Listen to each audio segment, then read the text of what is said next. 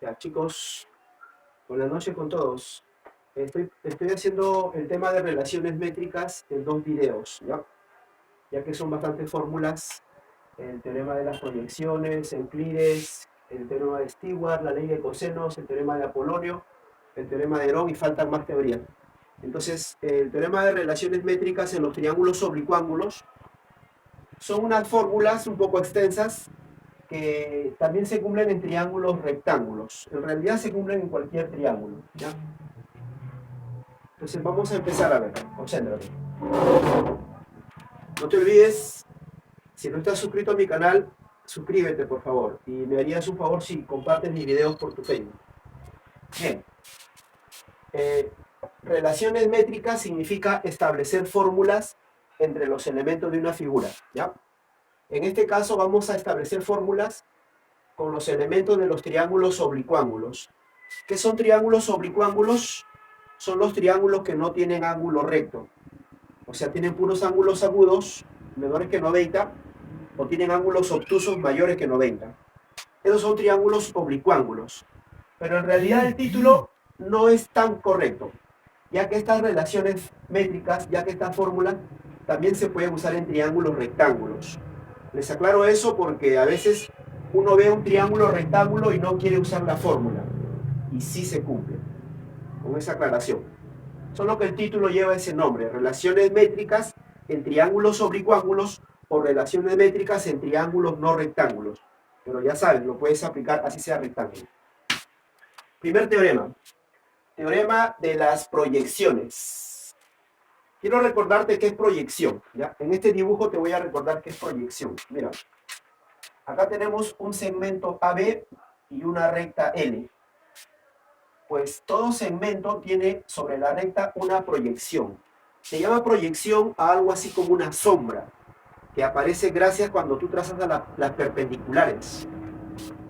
Si tú trazas desde el punto B una perpendicular a la recta L, entonces diremos que este segmento de acá será la proyección. Así, ¿ya? AB es un segmento cualquiera y este segmento se llamará proyección. Le voy a llamar AH. Entonces diré acá, AH es la proyección del segmento AB sobre la recta L. ¿Ya? Entonces, chicos, el teorema de las proyecciones dice que la diferencia de lados al cuadrado va a ser igual a la diferencia de las proyecciones al cuadrado. Tú vas a restar acá en cualquier orden. C cuadrado menos A cuadrado o al revés. Lo voy a hacer de mayor a menor, ¿ya? Voy a hacerlo así, mira. Voy a colocar A cuadrado menos C cuadrado. Y acá debo colocar sus proyecciones. Si primero coloqué A, entonces acá voy a colocar, trazo la perpendicular, y acá tiene que ir primero la proyección de A, que sería esto, M. Acá va a ir M al cuadrado. Y si al final coloqué C, acá voy a colocar la proyección de C, que sería este, N al cuadrado. Así. Te pongo un ejemplo, a ver. No va a alcanzar espacio para hacer ejercicio, pero ya en otro video vamos a hacer un montón de problemas, ¿sí? La teoría es importante. Ejemplo. ¿Qué pasaría si tenemos, por ejemplo, acá una altura 1, 3? Así, ¿ya? Acá suponte que tengamos, por ejemplo, ¿qué le podemos poner? A ver. Raíz de 2. ¿Y cuánto será entonces acá? X. Hallar X. Acá tenemos un ejemplo básico, ¿ya? Un ejemplo básico de lo que sería el teorema de proyecciones. Consiste en restar lados y en el otro miembro restar proyecciones al cuadrado. Y resto así. Voy a restar de acá para allá. X cuadrado menos raíz de 2 al cuadrado. Y acá voy a restar sus proyecciones. De X su proyección es 3 y de raíz de 2 su proyección es 1.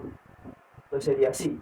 X al cuadrado menos 2 es igual a 9 menos 1. Entonces, este menos 2 pasará al otro miembro. 9 menos 1 es 8 y este menos 2 pasaría con más 2. X al cuadrado es igual a 10 y la respuesta final sería raíz de 10. Así trabajamos nosotros los problemas del teorema de las proyecciones, ¿ya? Así de esa manera. Bien, ahí tienes una idea de cómo resolver. No hace falta que sea recto, pero si fuera 90 grados también se cumple, ¿ya? Segundo caso. El primer caso podríamos decir que es cuando estos ángulos son agudos. Ambos ángulos son agudos. Alfa y el ángulo beta son agudos. Acá lo voy a colocar. Alfa y beta son agudos. Ese es el primer caso, o sea, menores que 90. Pero ¿qué pasa si el ángulo fuera mayor que 90? Mira acá. ¿Qué pasa si este ángulo ahora es obtuso? Obtuso, o sea, mayor que 90 grados. Pues fíjate, ahí lo que se va a cumplir es lo mismo, ¿sí? Lo mismo. Mira, en el primer miembro vas a colocar los lados. Tú decides el orden. C cuadrado menos A cuadrado está ok, pero también puede ser A cuadrado menos C cuadrado. Y acá coloca sus proyecciones, sus sombras. A ver, para A trazas la altura y para A la proyección sería todo esto, mira. Para A la proyección va a ser desde acá hasta acá.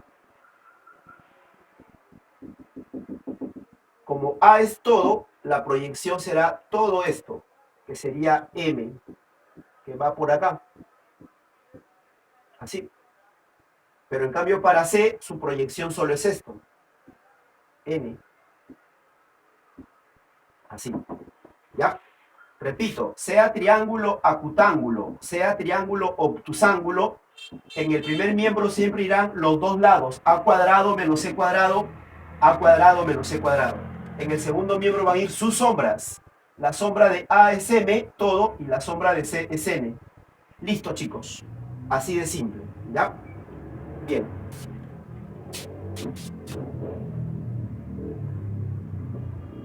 A ver, veamos un ejemplo para que esto cobre sentido. ¿Qué pasaría si tuvieras esto, por ejemplo? 7 y 6, por decir así, ¿no? Entonces, ¿qué pasaría, por ejemplo, qué pasaría si esto fuera 1 y te dicen hallar X? Ahí tienes un ejemplo básico, ¿ya? Esto entonces es lo que se conoce con el nombre de teorema de las proyecciones. Tú lo tienes que resolver así, míralo. En el primer miembro vas a colocar a ellos. Así, 7 al cuadrado menos 6 al cuadrado.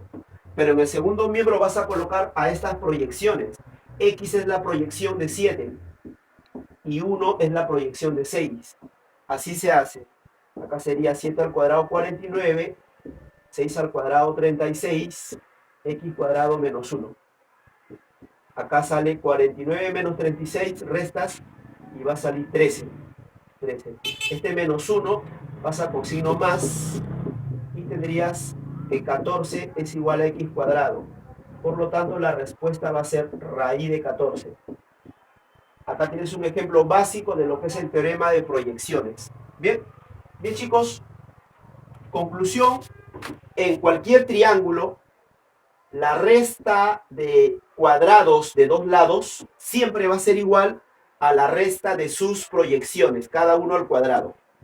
Pasamos al teorema 2, teorema de Euclides. ¿Ya? A ver, en el teorema de Euclides, más o menos 300 años antes de Cristo, es el padre de la geometría, considerado el padre de la geometría. Euclides nos da un teorema que lo hemos dividido en dos casos. Un caso cuando este ángulo sea agudo, cuando alfa es agudo, que significa menor que 90, y otro caso cuando este ángulo alfa ya no sea agudo, sino obtuso, mayor que 90. ¿Ya? Y dice así, teorema de Euclides. Cualquier lado, yo estoy tomando este ángulo, entonces tomaré este lado. Cualquier lado al cuadrado, acá va A al cuadrado, va a ser igual a la suma de los otros dos. Acá van los otros dos, B cuadrado más C cuadrado, así, menos el doble de cualquiera de ellos. Acá, al costado del 2 puede ir B o puede ir C, cualquiera. Yo voy a tomar B, por ejemplo, B. Y lo multiplico por la proyección del otro. Si tomé B, ahora debo tomar la sombra de C. Y la sombra de C lo tengo que conseguir así. Trazo una altura y este sería la sombra de C, M. Lo voy a colocar acá con azulito. M se coloca acá. Repito, cualquier lado al cuadrado va a ser igual a la suma de los otros dos al cuadrado menos el doble de cualquiera de ellos, B o C. Si tomo B, acá va la sombra de C. Si hubiera tomado acá C, en vez de B, si tomaba C, acá iba la sombra de B. ¿Ya? A ver, un ejemplo básico para nuestro teorema de Euclides. Es más que todo para calcular proyecciones. ¿Así ya? A ver, vamos a practicar un ejemplo. Siempre un ejemplo es importante para darle sentido a nuestra fórmula. ¿Ya? A ver, mira por acá. Suponte que yo te diga, a ver, estos lados miden 2, 3 y 4. Y te dicen a ti, calcule la proyección, gracias, calcule la proyección del lado menor sobre el lado mayor.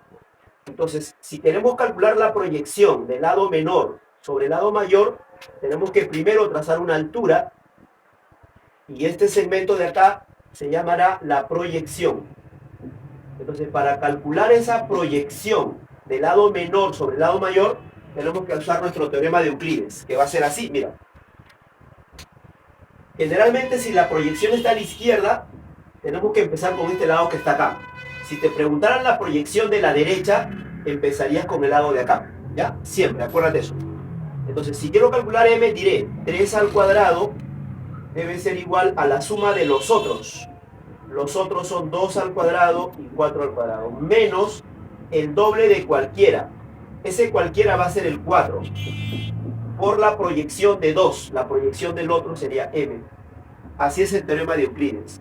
Acá sería 9, 2 al cuadrado 4, 4 al cuadrado 16, acá 2 por 4 es 8, y este 8m negativo lo vamos a pasar acá así, 8m igual, acá 4 más 16 es 20, pero este 9 pasaría acá a restar, entonces sería 8m, 20 menos 9 es 11, y la respuesta será 11 octavos. 11 octavos. Como ves, en este tema, las fórmulas son largas, porque los cálculos no son tan fáciles de hacerse. Se podría decir que es el tema más extenso en cuanto a sus fórmulas, pero es importante conocerlo, ¿ya? Teorema de Euclides, para calcular la proyección de un lado sobre el otro. Acá, a ver, segundo caso, mira por acá. Segundo caso de Euclides, cuando el ángulo es obtuso. Acá la única diferencia va a ser que en vez de este signo menos, ahora se va a colocar el signo más. Única diferencia, sería así, ¿ya? Entonces, mira, sería así. Como este ángulo es obtuso, acá sí es obligatorio empezar con él, porque este es el ángulo obtuso, y sería así. A cuadrado, acá van a ir los otros dos. Si ya colocaste A, ahora copias a los otros dos, que sería B cuadrado más C cuadrado. Ya no vas a colocar menos. Menos se coloca cuando el ángulo es agudo, y este ángulo es obtuso, entonces va a ser más. El doble de cualquiera. Cualquiera va acá, C, y al costado la sombra de B. Pero yo voy a colocar B. Si coloco B, entonces acá iría la sombra de C. Si coloqué B, ahora voy a colocar la sombra de C, que sería así. Trazo una altura, y la sombra de C va a ser esto. Este va a ser la sombra de C, que sería M. Entiende que si hubieras colocado en vez de B, C, acá iría la sombra de A, perdón, la sombra, si hubieras colocado acá, en vez de B, C, acá iría la sombra de B, ¿ya? Un ejemplo, a ver, para que quede claro esta teoría, ¿ya? Mira, si quieres que esto quede claro, necesitas un ejemplo necesario, básico, a ver. A ver, suponte que acá tú tienes un triángulo obtuso. Tienes el triángulo obtuso de ¿qué le ponemos? A ver. 2, 3 y 4. ¿Ya? Así. Y te dice calcular, escucha la pregunta, calcular la proyección del lado menor sobre el lado intermedio. A este se llama lado menor, a este se llama lado intermedio y este se llama lado mayor. Te preguntan calcular la proyección del lado menor sobre el lado intermedio. Quiere decir que sobre esta recta, donde está el lado intermedio, tú tienes que trazar una altura. Y te estarían pidiendo esta proyección del lado menor. Entonces, esto se llama teorema de Euclides, segundo caso. Como este ángulo es obtuso, tú tienes que empezar con él necesariamente. Así que sería así, 4 al cuadrado. Si tomaste 4 al cuadrado, ahora te tocan los otros dos. Los otros dos son 2 al cuadrado, más 3 al cuadrado, más. Ya no pones menos, ahora pones más, porque estás ante un ángulo obtuso. Y acá sería el doble de cualquiera de estos. Yo voy a tomar 3 por la proyección del otro. La proyección del otro sería m. O sea, acá sería 16, 2 al cuadrado 4, 3 al cuadrado 9, acá 2 por 3, 6m. Así. Acá habría 16, este 4 más 9 da 13, 13 que pasó al otro miembro. Y 16 menos 13 sale 3. 3 es igual a 6m. Y la respuesta va a ser 3 sextos. 3 sextos en realidad es un medio, que sería 0,5. Entonces la respuesta final va a ser la proyección del lado menor sobre el lado intermedio es 0,5. Excelente, chicos, muy bien. Vamos a pasar ahora a la famosa ley de cosenos o teorema del coseno, ¿ya? El teorema del coseno o ley de coseno se cumple en cualquier triángulo, sea acutángulo, sea obtusángulo, sea rectángulo. Cualquier triángulo. Siempre hay que recordar esa observación, ¿ya? ¿Qué dice el teorema del coseno o lo que conocen en trigonometría como la ley de cosenos? Dice que cualquier lado al cuadrado, voy a tomar este lado de acá, y su ángulo opuesto sería este. El ángulo opuesto es importante porque ahí se va a tomar el coseno, alfa. Entonces dice el teorema así, cualquier lado al cuadrado, acá puede ir A, B o C, ya me decidí por A. Cualquier lado al cuadrado va a ser igual a la suma de cuadrado de los otros. Acá van los otros, B cuadrado y C cuadrado. Obviamente si acá hubieras colocado B, acá iría A más C. Si acá hubiera colocado C, A más B. Listo. Menos, acá va a ir el doble del producto de los dos. Estos dos tienen que multiplicarse. B y C se multiplican. Así, B por C y se multiplica por el coseno de este ángulo que está frente a A. Así. Entonces, esto es muy importante para el curso de física, para hallar vectores. Es muy importante para el curso de la parte de geometría del espacio, para hallar ángulos diedros, ¿no? Y en trigonometría se usa muchísimo para resolver triángulos. A ver, un ejemplo para que quede claro la ley de cosenos. A ver, vamos chicos. A ver, sería así entonces. Miren por favor esto, ¿ya? Ejemplo, a ver. Suponte que te digan, a ver, acá, así. Suponte que te digan que esto es... lo voy a poner, a ver. Vamos a hacerlo así, a ver. Que esto sea 13, 14, 15. Y te digan hallar alfa. Ya. Ahí está. Esta es una pregunta que vamos a resolverla por la ley de cosenos o el teorema de cosenos, ¿ya? Entonces decimos así. Alfa, hallar alfa. Entonces para hallar alfa, primero vamos a hallar su coseno. Y vamos a usar esta fórmula. Que 13 al cuadrado es igual a los otros 15 al cuadrado más 14 al cuadrado menos. Acá sí se multiplica el doble de los dos. 15 por 14. ¿Ya? 15 por 14 por el coseno de alfa. El coseno de alfa debe multiplicar al doble.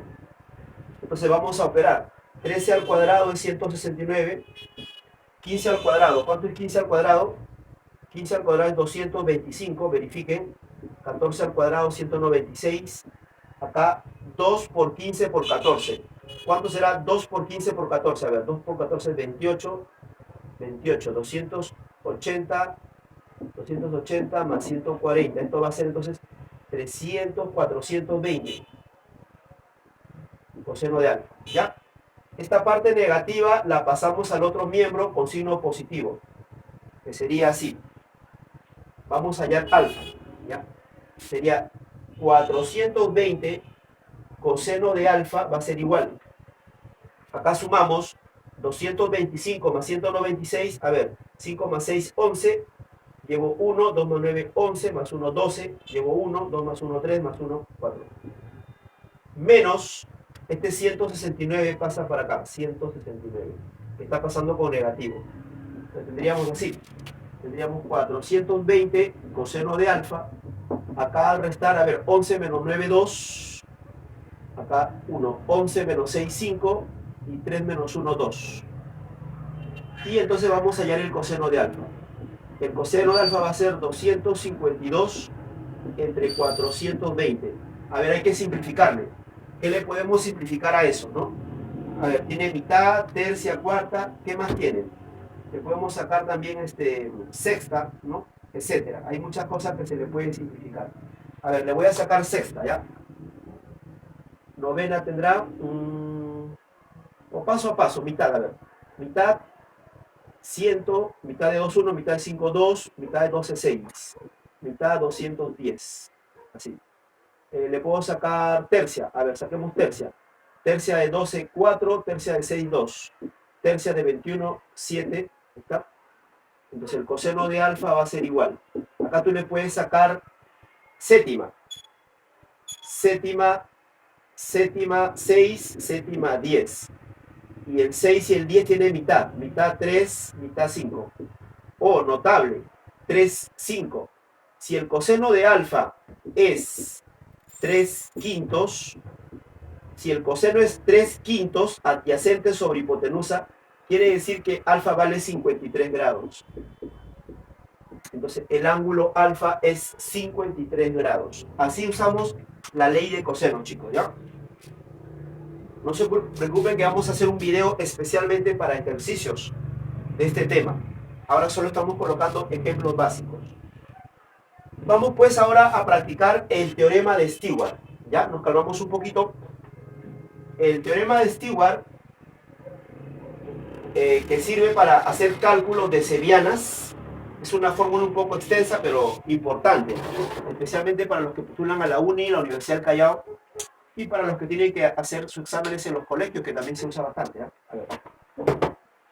Lados A, B y C. X es una seviana que cae en un punto cualquiera. Este es un punto cualquiera, formando acá dos segmentos, formando los segmentos M y N. Entonces mira cómo se usa el teorema de Stewart. Es un poco complicado, pero trata de entender la unión, cómo se une. Este lado se va a elevar al cuadrado, así, C cuadrado. Pero se va a multiplicar por este segmento que está acá, por N. Así. Se le suma ahora este lado va a ir al cuadrado, pero este se multiplica por este segmento que está acá. Le pongo un triangulito para que sepa que el triángulo es que van juntos, por M. En el segundo miembro, ahí ya se coloca la seviana al cuadrado va por la base, así, ¿ya? Esta seviana al cuadrado va por la base. ¿Qué le puedo colocar acá? Un cuadradito. La seviana al cuadrado va por la base, así. Así que sería x al cuadrado por la base. Y al final se coloca la base por sus dos partes. Es decir, la base B tiene que estar multiplicado por M y N, que son las partes de dicha base. Teorema de Stewart. A ver, un ejemplo. Definitivamente la fórmula no tiene sentido si no vemos un ejemplo. Un ejemplo para que pueda aprenderla, memorizarla, usarla. ¿Ya? A ver.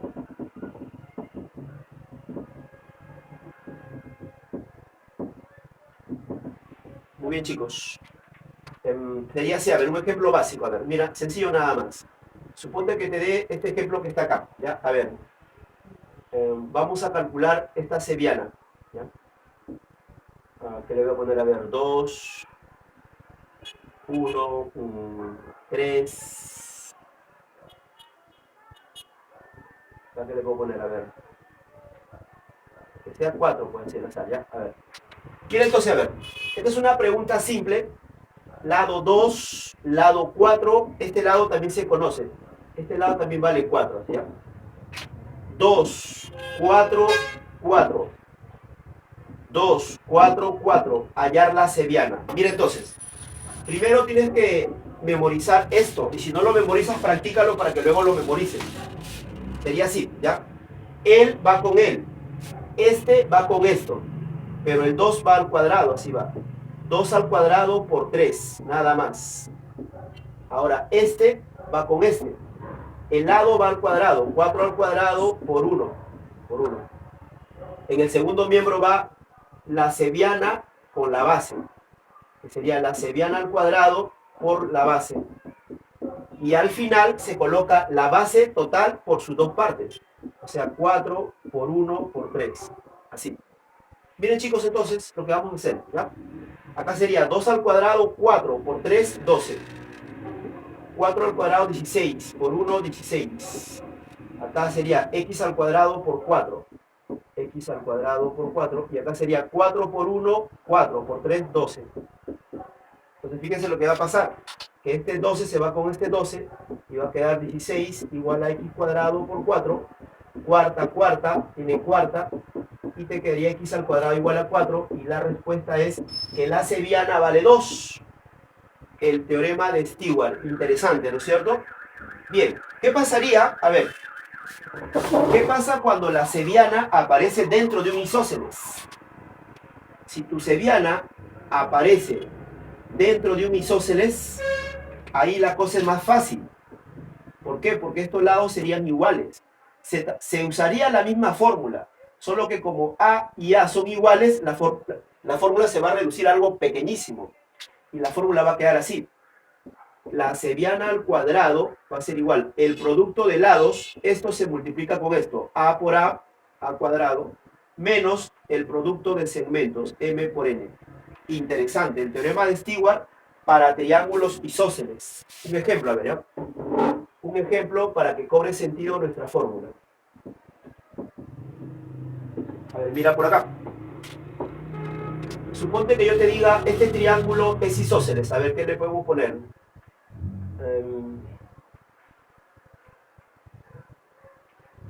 Le ponemos... Acá le voy a poner, por ejemplo, raíz de 48, raíz de 48. Y acá le voy a poner 2 y 6. Hallar la cebiana. Ahí tienes un ejemplo, a ver, mira, ¿ya? Hallar la cebiana. Entonces, si tú gustas, usas esta fórmula larga. Pero si te has dado cuenta que es isósceles, también puedes usar esta fórmula corta. Con las dos fórmulas sale lo mismo. Obviamente yo voy a usar la de acá, ¿ya? Y sería así. Cuando es isósceles, la cebiana al cuadrado es esto por esto, que sería raíz de 48 al cuadrado menos esto por esto, 2 por 6. Entonces la cebiana al cuadrado va a ser, acá al cuadrado se va con la raíz 48 y 2 por 6 es 12. Entonces x cuadrado sería 48 menos 12, 36. Y la respuesta sería la cebiana x vale 6. Ese es el teorema de Stewart para casos de isósceles. Bien, ahora vamos a ver el teorema de nuestro amigo Apolonio, ¿ya?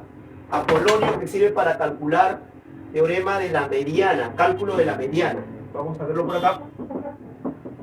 Les voy a poner un gráfico, a ver así. El teorema de Apolonio. Este es uno de los teoremas que más se usa, ¿ya? De todas las que estamos viendo, hay más preguntas en los exámenes de admisión de esta fórmula, del teorema de Apolonio. Y acá le voy a poner cualquier triángulo.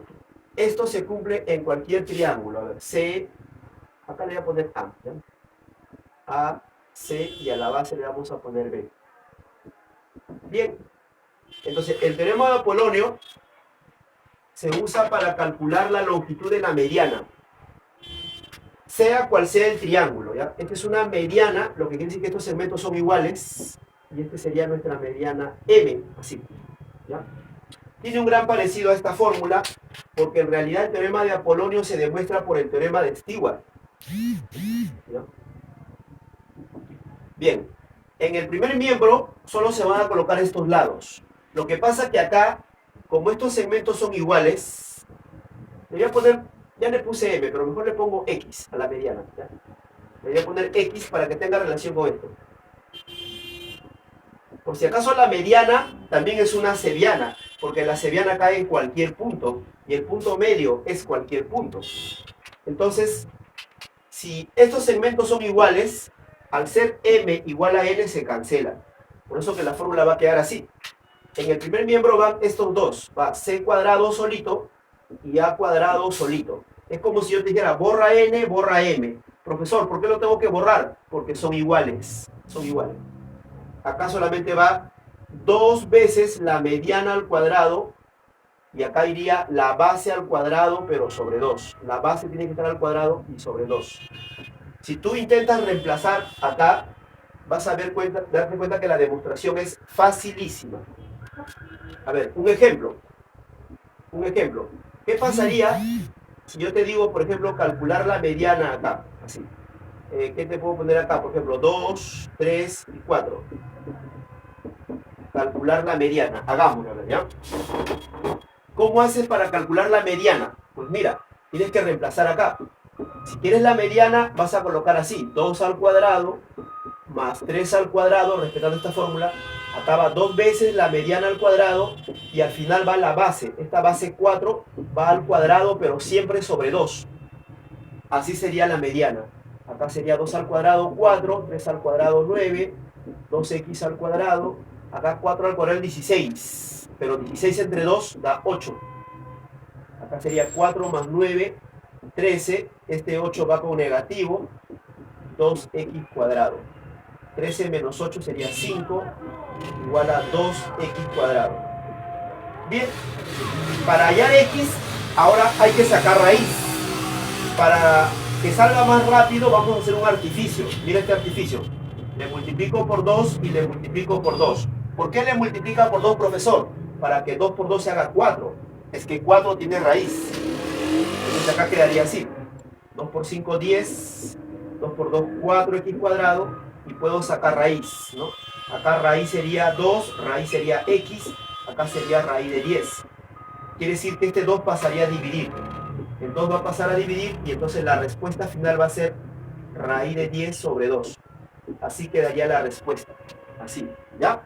Muy bien, vamos a terminar haciendo un teorema de la mediana, un teorema que es el teorema de Bode. Acá lo voy a colocar, ¿ya? A ver. Lo voy a colocar por acá.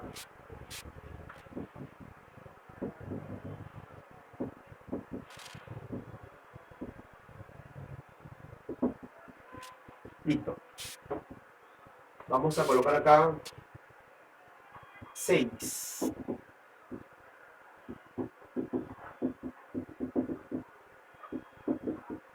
Teorema de Bode. Así. ¿Ya? El teorema de Bode se usa para calcular una relación entre las medianas al cuadrado y los cuadrados de sus lados. ¿Ya? Aquí, a ver. Acá lo voy a colocar así, de esta manera.